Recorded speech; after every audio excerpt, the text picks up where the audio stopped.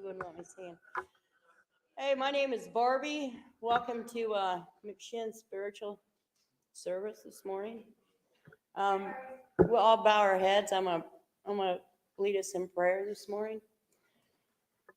Dear Heavenly Father, thank you for all that you do in our lives, Lord. We know it is because of you that all the good that happens in our lives. Um, I pray, Lord, that you lay your hands on each and every one of us here today. Um, Bless us, Lord, and may you heal us. In Jesus' name I pray, amen. Short and sweet, to the point. I'm just going to tell a little bit about myself today and why I'm here. I'm here because I need to be.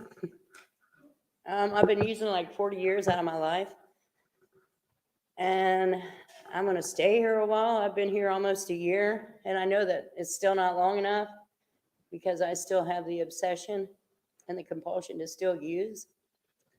It gets easier and easier as I go, but I still have it every now and then. Something will trigger me, and I still want to get high because I love to get high. That's all I know. I used to cover up feeling anything. I grew up in a small town. My mother left when I was a baby. My father died when I was 14, so I've kind of been on my own since I was 15. So started learning how to get high early on. I'm kind of like stumped up here. I don't really know what to say. I'm here at McShin, and I've learned a lot since I've been here. I've learned how to love who I am, love me for who I am. I'm not really a bad person. The shit we do when we get high is not who we are. I didn't grow up saying I want to be a drug addict. I want to rob and steal my shit off my family. I don't raise my kids and my addiction. That wasn't my plan. But I am following, I think, what God wants me to do.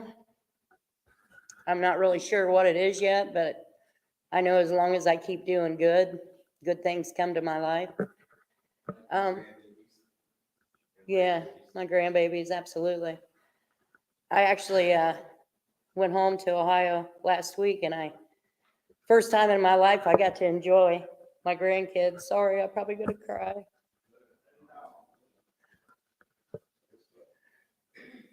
First time my kids ever told me they were proud of me. And actually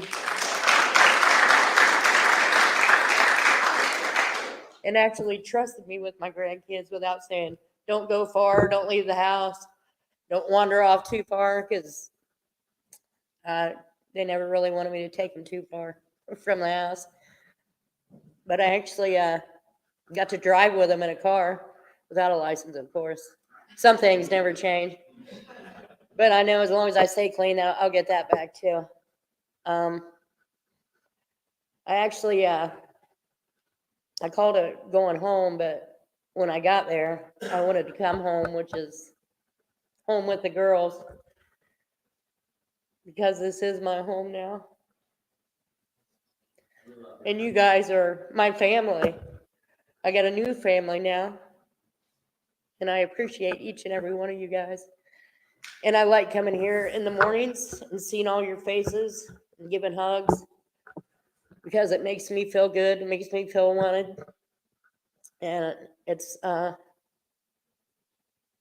pretty good with names. I try to remember everybody's name because I think it's important that I do that. I don't know why, but it just is. Everybody remembered my name when I got here. And it's nice that y'all know who I am. And I try to smile, keep a smile on my face, because I feel good inside today. My testimony, I have a testimony. God's doing amazing things in my life. Each day that I stay clean, it's like somewhere along the line I get a blessing. It might be a small one, but I know that it is a blessing, and to me, it's all from God. I actually have a spirit now life today is worth living. I used to ask God, why have you got me here? Why am I still alive? You know, I didn't care if I lived or died. I would do enough dope hoping that I wouldn't wake up. And then when I did, I asked God, you know, why do you have me here? Why am I still here? But now I know why I'm here, and I thank God every day that I'm still here. And I thank God that each and every one of you are in my life. I really don't have a whole lot to say, but I was told to take up a little bit of time, so. But I'm looking forward to going to the Squirrels game today. Yeah, go Squirrels. We are definitely the nuts for the Squirrels, each and every one of us. With that, I'm going to give you Chris.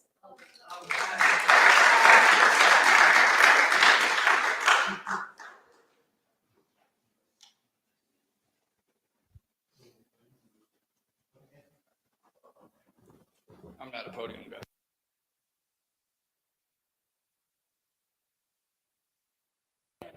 Oh, man. My name's Chris, and I'm an addict. That was one of the first truth statements I'd given in a long time when I said that. You know, my story starts pretty young. I think I can tell you, I remember the first time I got high still. I was, I think it was 12, 13, something like that. I was hidden in the woods, you know, because I knew I was doing something wrong, right? Back then, it was easy to steal credit cards. So we were doing that. We were stealing credit cards off the internet. And we were ordering stupid shit the kids order. We ended up ordering these little bongs, you know, that had the Medusa head thing with the, you know, all the hoses and all that shit. And we ended up sitting in the woods and we ended up smoking. I remember that was like the first time and I felt like I was a part of something, right? When I was very early on, 7 or 8, I was labeled as learning disabled, right? So I was in different separate classes from everybody else. You know, from early on, I was told that I wasn't like everybody else. You know, they were had special. Everything was special for me, regardless of what it was. It was special. It wasn't like everybody else. I didn't ride the same buses as everybody else. I didn't go to the same classes. I went in the back entrance to the school. We weren't allowed to go in the front entrance. Like I was those kids. You know, so I spent a long time trying to figure out how to become a part of it. I played every sport and I quit it within a year. I never made it through a full year of any sport. I played everything from tennis to soccer to baseball to hockey to football to basketball. I played them all and I quit everything because it didn't fill the void that I had. I never felt like I was going to be good enough on those teams, so I didn't continue to participate in those teams. I kept moving on to something else.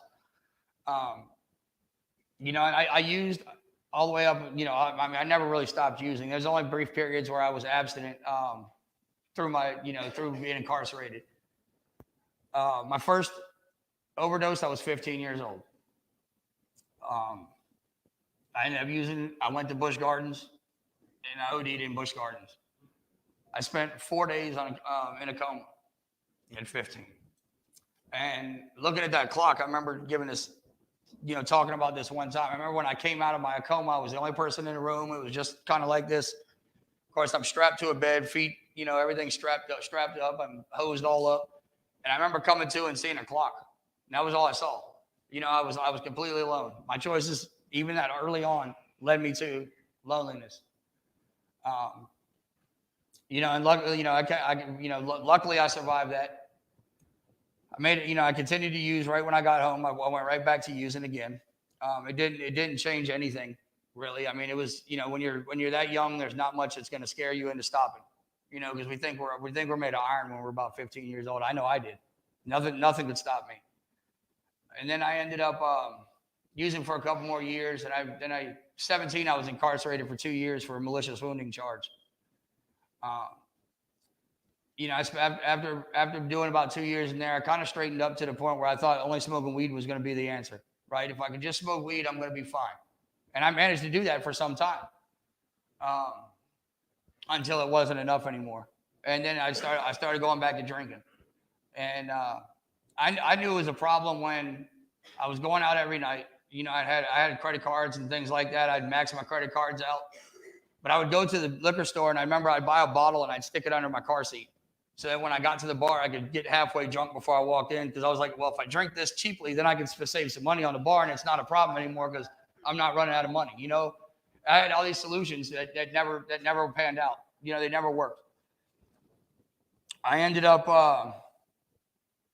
catching it, obviously catching a DUI. And I don't know what it was about that DUI, but I stopped drinking. You know, I've had 2 or 3 drinks since then. So from, 22 to now.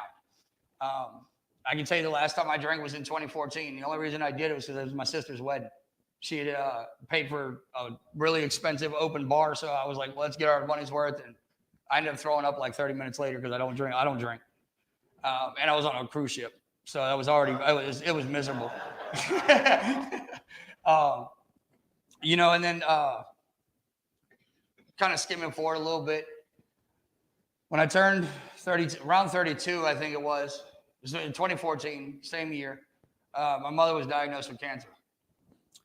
And, trying to manage my life and trying to help manage hers and keep her, stable was enough to send me back out to using again. And it started out with pills because that was easy. My mother got a prescription. She didn't want to take it. So she gave them all to me. I was getting 120 pills every month for free.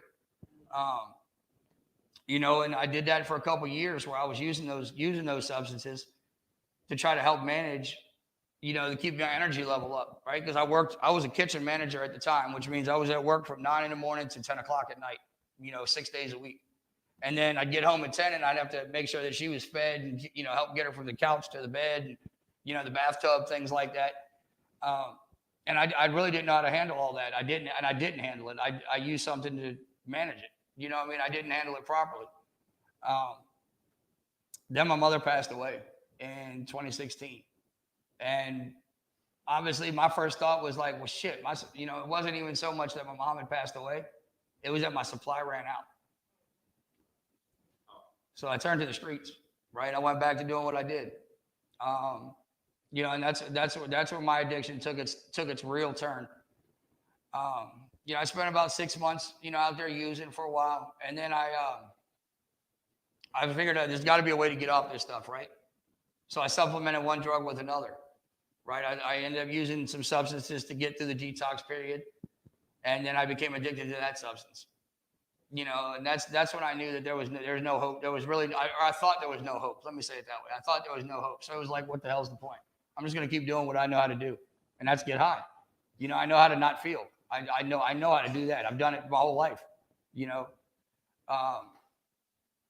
then 2016, my father was diagnosed with cancer, and the process repeated itself. I went right back to doing what I knew how to do to manage getting through that period. Unfortunately, my father lost his battle a lot faster. And then when he passed away, there was absolutely nothing to keep me in line at that point. It was off to the races. There was nothing that's going to stop me from getting high. No one, I didn't feel like I needed to answer to anybody, and I didn't. I woke up in the morning, the first thing I did was leave and go get high, and the last thing I did at night was get high before I went to bed. And I repeated the process for quite some time. And then I was incarcerated. I got involved in an incident where I ended up with a distribution and a conspiracy to distribute charge, which at the time I didn't recognize it, but it was the best thing that could have happened to me because I wasn't going to stop myself. And like Barbie said, she said there was nights where she wanted to do so much that she wanted to not wake up, right? I didn't want to die, but like I remember when I was getting high, I can remember telling this to everybody. I wanted to get right to the edge of death. Like I wanted to be right there at the edge, like right before you die. You know what I mean? Like I want to be that high. That was my goal, was to get that high. And that's a dangerous line to walk because there is no line. There's no definitive point where that stops, right? So there was many times where I overdosed, a few times and ended up back in the hospital multiple times. I remember, because my mother was a nurse, right? So I know how to get out of the hospital really easily. I know how to maneuver. I know how to manipulate the nurses to get out of the hospital when you're strapped down, when you're hooked up to tubes. I know everything to tell them to make them take them out. And as soon as they take them out, I run right back out the hospital because I don't want to get arrested, right? And I go right back to getting high again.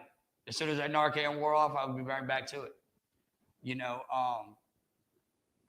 So I got, like I said, in 2018 I was incarcerated. Spent about 8 months in there. I ended up pleading out to a much lesser charge. I did my time. And I remember I was driving from the jail and the courthouse were about 20 minutes apart where I'm from. I was in the back of a transportation vehicle, and I was, kind of telling my situation, as all the inmates do when they're in the thing, this guy, you're getting all that, that jailhouse lawyer stuff. And there was a guy that was sitting in there, and he had mentioned the program, up here in Richmond, which I ended up getting sentenced to. So I got released. I made it 9 days in the program the first time I was here. I was living in Chesterfield at the time, before it was a female house. And I ended up using and running because that's what I know how to do. I know how to run too. I'm really good at that. I'm not, like I said, again, I don't face my problems. I never have. So I did my 9 days and then I ran. I went back home, because I knew I knew how to hide at home. And then I was home for about 3 days, maybe 4 days. And I OD'd in a hotel room, so I ended up with some more charges, ended up with my violation, of course, for not completing the program. So I ended up doing 18 months that time between all of it. I got back out. I came back, to Richmond again. I tried the same thing again. I made about 7 months this time before I went right back to it. I didn't really put all of what I had into the program that, was offered to me. I gave enough to show face so you could see me. I would be seen every day, but I wasn't enough for you to know what was going on with what I was doing. I'm really good at like hiding the issues that I have. It's always been a part of my story. And it showed its face when I ended up on February 2nd of 2021. I OD'd again, ended up in a coma again. I went up to Winchester and OD'd in the courthouse parking lot, of all places. When I came out, I remember when I got out, I was like, I'm not going back to jail. I'm not doing this. So instead of coming back down this way, I went north. I was in Pennsylvania before I made the decision to turn around and come back. And it took me calling somebody that was in my network and I remember the words he used. He said, "Come back to where the love is." And that's what it took. Thought so. Because I haven't felt, since my parents had passed away and since all my family had broken up, I hadn't felt what like real love felt like. So, I ended up coming back. My probation officer obviously violated me again for using again, so I ended up going back again. And I remember when I got into jail, I was sitting in there. We had a 14-day quarantine period, as most jails I'm sure do nowadays. My jail does it differently. They put you in a cell for 14 days by yourself. No coming out, no going. You get to go out for 10 minutes every other day to shower, and you go right back in. So no phone contact, no TV, no tablets, no newspapers, just you in a room for 14 days. And that was miserable. That was absolutely miserable because all y'all know I'm a very social person. I love to talk, and I couldn't talk. Like I couldn't interact. I couldn't do anything. I was completely by myself again. And in that period, I remember in that time that I was in there, I remember I didn't want to feel that again, right? And so I made a decision not to do it again. So I get out, end up in a regular ass pod, and then I get the opportunity to go to work, while I was in there. So it gave me something to do to keep my time busy, and when I got down to the work pod, and this is where I feel like, things happen that I can't explain. There was a gentleman that was in that pod that lived about a mile from me my whole entire life, right? We never met each other ever in our lives. We lived that close apart. My community is not very big. We should have known each other because we ran in the same circles. We knew everybody that knew everybody together, but we never met. And, I had the NA book and he had a step working guide. And then the craziest part was he had gone through the healing place up here in Richmond. So, we had a connection to Richmond and to Williamsburg, where I'm from. And so we would go to work every day. We'd come back and we'd read from that literature. And then we would start picking that step working guide up and ask questions and just have, hour-long conversations in my room about what those, what the questions were and the answers. And, and we would debate back and forth over whose opinion was better and stuff, of course, like everybody does. But, that's when I realized, like, I looked forward to doing that. at that point. Like that was what I didn't look forward to going to work, and I could eat whatever I wanted at work. That's the point of me going there, so I could eat whatever I felt like. But I look forward to getting off work, taking my shower, doing like I built a routine. I'd go to work, I'd get off, I'd work out, we'd take a shower, we'd eat dinner, and then we sit down in a room and we'd hang out till about 8, and then we'd go to sleep and wake up at 3:30 in the morning and repeat the process. I completed the process. I ended up getting released in October of last year, and I got out at 6 in the morning. And at 6:05, one of the people from my network was there at the door to pick me up. It was a Sunday. I remember that. I came. They asked me what I wanted to do, and I said I want to go, but I want to be here. I came to the spiritual service after being released. I did that. I ended up going out with. There was a gentleman that worked the weekends that weekend. He was like, "Why don't you come out with our guys?" And, so we went down to the river, hung out for a little bit. And they wouldn't let me, or they didn't want me to do an intake on the weekend. So I had to wait till the next day, which really scared me, to be on my own in Richmond for a night, because I know what my patterns were. My patterns are when I'm alone, I get high. I did make it through that night, and I came back. I did show up. And when I got back into the process, I asked for a much more intensive program this time, which, I didn't need to, because I came in with, about 10 months worth of sobriety. I didn't need to, but I asked for it because I wanted to do something different. So I did do the same intensive program that a lot of the people that come here do. I went through that program and I actually enjoyed it. I enjoyed not having my phone, not being distracted by outside influences. It was nice to just completely not have to worry about stuff and kind of slowly transition back into life. And I made it through that. I ended up I started going back to work. I started adding some things to my life, and I've done it slowly because I don't want to rush things this time.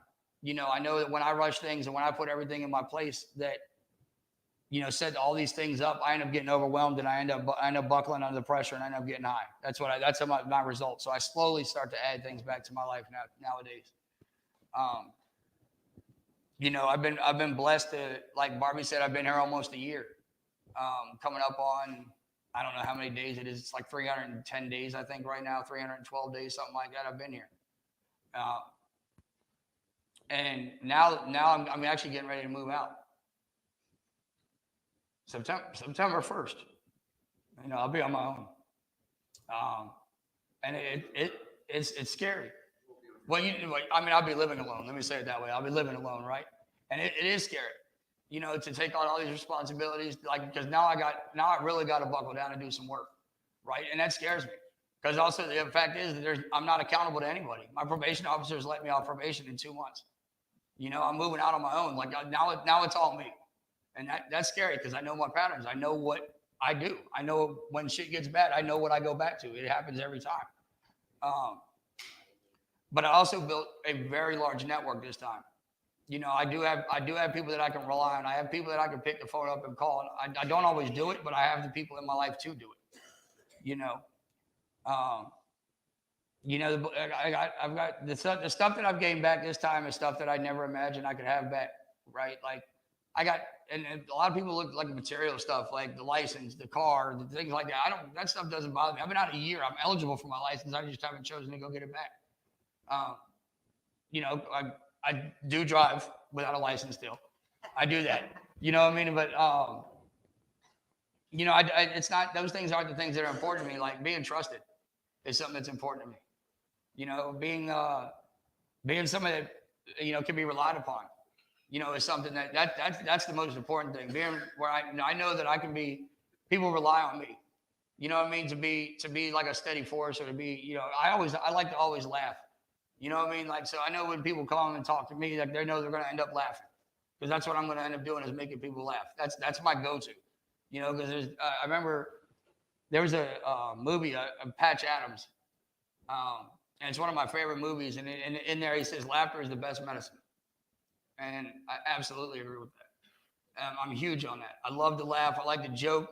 Sometimes my jokes aren't always appropriate, for the time. But they're still. It's meant to, just change. It's meant to change the narrative. Because when people come to talk to me, they're not always in the best mood. It's just meant to switch the narrative up to, break that trend of, whatever it is that's going on out.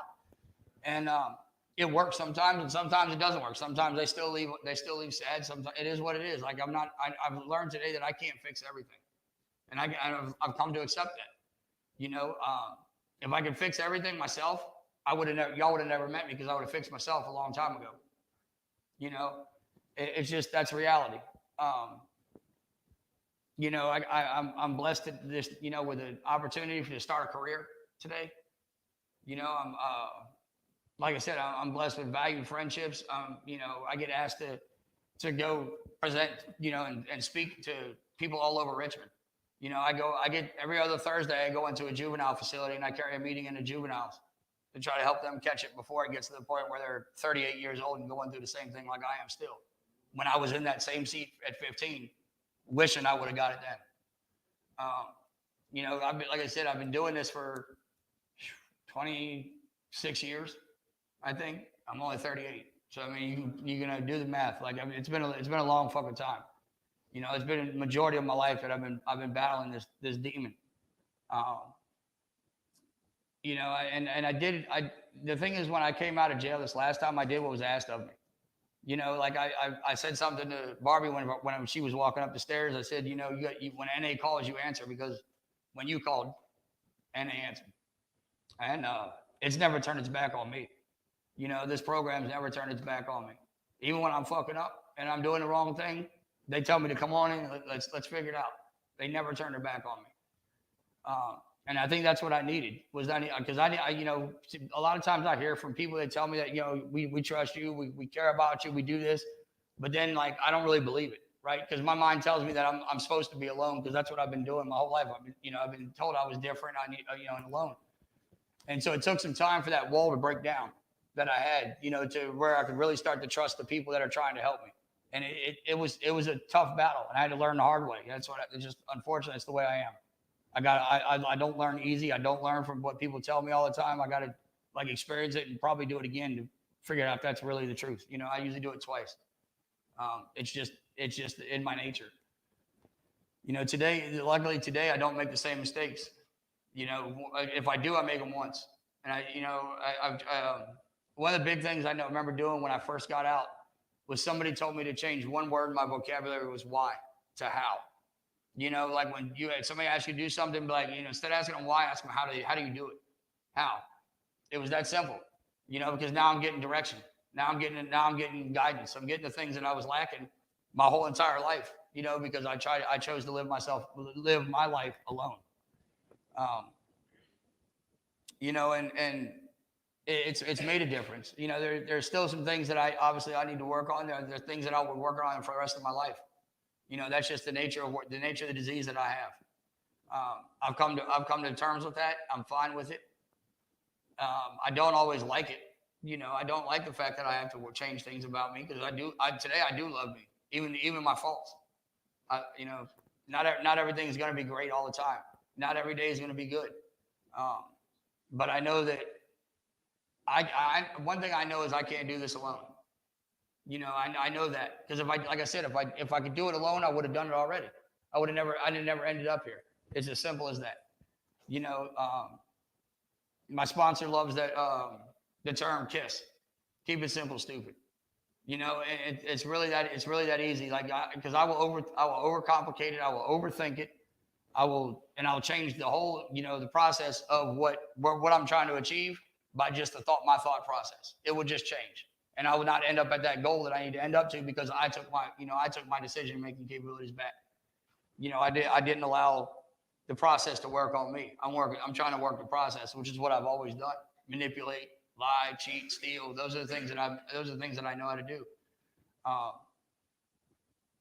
You know, and I would like to say that I wish I was farther along in my process, right? I just celebrated 18 months clean in August, and I would like to say that I've done more than what I've done, right? I'm just done with step 2, right? I don't recommend doing it that way. I do not recommend it. I recommend, you know, fight through the steps, get through it. But I also, through the process, I've learned that there is no template to recovery, right? Your recovery is going to be different than mine, and mine's going to be different from yours, right? So I know people that are 11 months clean that have done all 12 steps. I know people that are 2 years clean and haven't even picked the book up yet. Like everybody's recovery is going to be different, right? Like I know my sponsor, right? One of the things that I remember the first time we sat down with him, we were going over the preface in the NA book, because mine required me to read a lot before I even picked up a step working guide, right? He wanted me to fully understand the program before I even picked the guide up to start to work with myself. And he gave me the, the NA symbol. It's a square inside the circle, right? And he told me to think about that square as like a table, right? You got the four sides. It's self, service, society, and God. Those are the four, squares. And he said, think about each one as like a table leg. And if you put too much focus on the one, then the other one lacks. So you have this marble that's in the middle that rolls away. And then when your marble starts rolling, you start lacking in some areas of your life. So I try to keep my marble in the middle of the table. It doesn't work all the time because I like self-care. That's my favorite one is self. Because that's me. That's my disease, right? I like self. So I do what I want to do a lot of times, and I don't do what's always needed of me, or what I need to do. I do what I want to do. And it's just, it's still, it still shows up today. Like I said, I wish there was like I don't know if y'all, I don't know if anybody's old enough to remember Bewitched. Yeah. The show. Remember the girl, she used to wiggle her nose and everything would just happen? Like, I wish that could happen. I wish I could just wiggle my nose and boom, done. Like, it'd be so much easier that way, right? But it's not reality. It doesn't work that way, right? This program does require some work. It does require effort. It's not easy. I'm not going to tell you it's easy, right? Because there's some shit that I still don't want to face, that I still have to face eventually. Those amends scare the hell out of me. That fourth step scares the shit out of me. I don't want to do that fourth step. I think that's probably part of the reason why I haven't even made it to the third one yet. Because if I don't make it to the third, I can't make it to the fourth, right? That's the way my thinking works. But eventually it's going to happen. It will happen. It'll happen when it's meant to happen. I don't need to rush it, because if I start rushing it, then I'm not putting the work in that I need to put in the right way.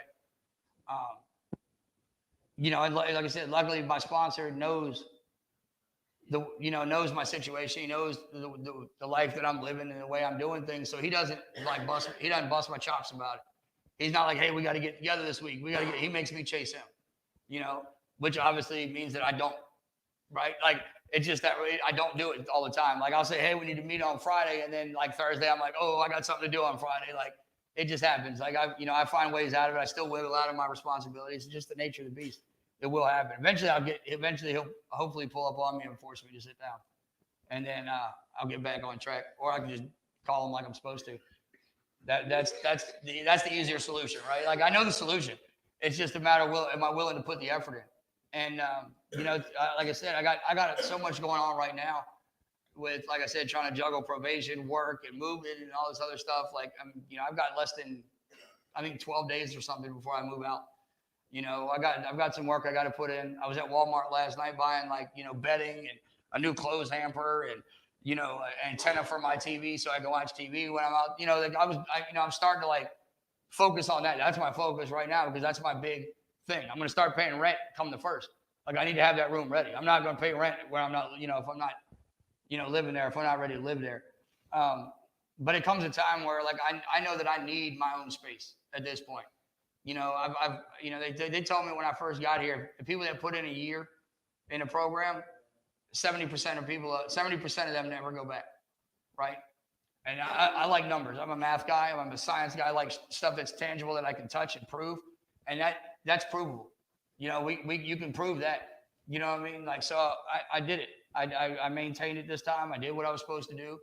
I put forth the effort, and I'm reaping the rewards of it today. I got the, like I said, I've been on probation since 2019. I've never seen my probation officer once. I don't have to see her. She doesn't care. She's like, you keep doing good. She's like, I don't ever have to see you. That's a blessing right there, because that stops me from having to do all that running, right? She called me a couple months ago and said, give me 3 months worth of payments on court fines. I'll have you off in October. So now that was another okay, well, I'll make 3 payments. I'm probably going to make them the 3 days before in a row. You know what I mean? Because I'm still haven't even done that. Like, I'm getting ready to get released from probation. I still haven't made the payments to get off yet. You know, I'm a big procrastinator. I like to do things like right then and just get it over with. I don't like to think about it. You know, but I still haven't done what I'm supposed to do even for that. You know, that's, you know, and I think a lot of that has to do with my fear of moving out. You know, I like that accountability piece. I like being held accountable because then it's not me doing it. It's somebody else helping me. And when I move out and I'm off probation, it's all on me. And that truly does scare me. Because if I do go out one night, who's going to know other than me? You know, and that's the reality of it. Because I can lie. I can cheat. I can steal. I can do all those things, right? I can steal the truth. I can lie to you right to your face and tell you that I'm clean when I'm not. I can do that. I've done it before. You know, I know last time I was in this program, I spent 3 months getting high before I finally got caught while I was in this program. You know, I know how to do it, right? I've done it my whole life. I've beaten probation off. I've beaten federal probation. I've beaten state probation. I've beaten, you know, pretrial, whatever they call that stuff. I beat them all. You know, I spent my whole life beating them. I did ASAP for 2 years and I beat them every time. Every urine screen they ever gave me, I beat them. You know, it's what I do. And now today, I give people urine screens and make sure they don't beat me. Like, you know, you want to talk about a plot twist. I mean, I never saw that one coming. But I think there's, you know, when I think about it, there's no better person for somebody that knows how to beat screens to be when it's given screens. You know, it's just that simple. Like I've done it for 25 years. I've never successfully completed probation in my life. I've been on probation since I was 15. You know, hopefully by the God's grace, I'll be off in October and I'll have done it the right way for the first time. You know, and the idea that I did something right even scares me because I'm not used to getting like, you know, being seen as the person who's doing the right thing. It's just not, I'm used to being that guy that does wrong. I mean, I actually know how to operate in that like darkness more than I know how to operate in the light. Because I've done it my whole life. It's what I know how to do. You know, this is all something new to me, doing it the right way. And it showed. I mean, it still shows, right? Because I still will sometimes try to like manipulate my way out of stuff, like I did earlier. I was supposed to, you know, share for X amount of time, and I caught somebody outside and said, "Hey, I need you to share to eat up some of my time." Right? Like I even still with the opportunity that I got, I still, you know, got somebody else to come in and help out. Because I didn't think I was going to be able to eat up all the time. Because I do love to talk, but I don't like speaking, right? Everybody knows I love to talk, right? I mean, you can hear me from miles away. But I don't like when I'm the center of attention. I don't really quite like it. Like one-on-one or maybe in a small group, it's one thing. But when I was like staring at me, I get nervous. As you can see, I've been like scratching my palm the whole time to kind of eat up the nervous habits. It still happens. You know, but like I said, I mean, I know that what made the difference for me when I was first getting into it was being able to hear people be completely honest about their faults and being able to admit their faults. I mean, that's what it took for me, because when I saw somebody else being vulnerable, I was like, shit, man, maybe I could do that. Like nobody, you know, they're still getting hugs, they're still getting pat on the backs, they're still getting liked, even for admitting that they're not the best of persons, right? And so when I saw that, I was like, well, damn, you know, like maybe my stuff isn't as bad as, you know, I like to make it out to be, right? Like, because I'm my own worst enemy, right? Like, somebody told me the other day, your worst enemy looks back at you in the mirror. And it took me a while to sit back and think about it. And it's reality. You know, like I am my own worst enemy, right? Because none of y'all are going to be able to take me out. But I sure as hell can take myself out. And that's easy for me to do, right? I know all it takes for me is to have one bad day, be in one bad spot, and make one bad decision. And before I know it, I'm back off to the races. And then, you know, I'll lose everything that I've gained. It's that simple. And today I don't want to lose what I got. You know, like Barbie said, I got a life worth living today. You know, I really do actually truly enjoy my life today. It's hard for me to say that sometimes because, you know, I'm so used to not enjoying my life that I don't even believe that I enjoy my life sometimes. But my life is nonstop. You know, I get up early in the morning and I go all the way till it's like time for me to put my head on the pillow. When I go to lay down, I don't know if I don't have my roommates here, but they'll tell you within 5 minutes of me hitting the pillow, I'm asleep because I use every bit of my energy out through the day, and I go to sleep easy today. I don't lay down at night. I don't think about what the day brought. I don't rack my brain with poor decisions and what ifs and all that stuff. Like when I go to bed happy, and I wake up happy, and I enjoy that. I get up, I'm out the door within 15 minutes of being awake. I take my shower, I get dressed, and I'm out the door. I make my bed. Because when I first got into recovery, I remember there's a rear admiral that gives a speech out at the University of Texas, and he talks about, it's like 6 minutes long, but the premise of it is making your bed. And the idea is that if you make your bed in the morning, it's the first accomplishment of the day. You made your bed. And that chain reaction feeds into the next one. And then if you have a shitty day, you still come home to a made bed.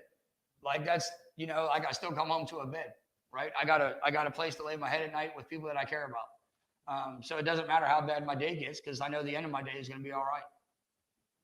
So that's really all I have. Thank you for letting me share.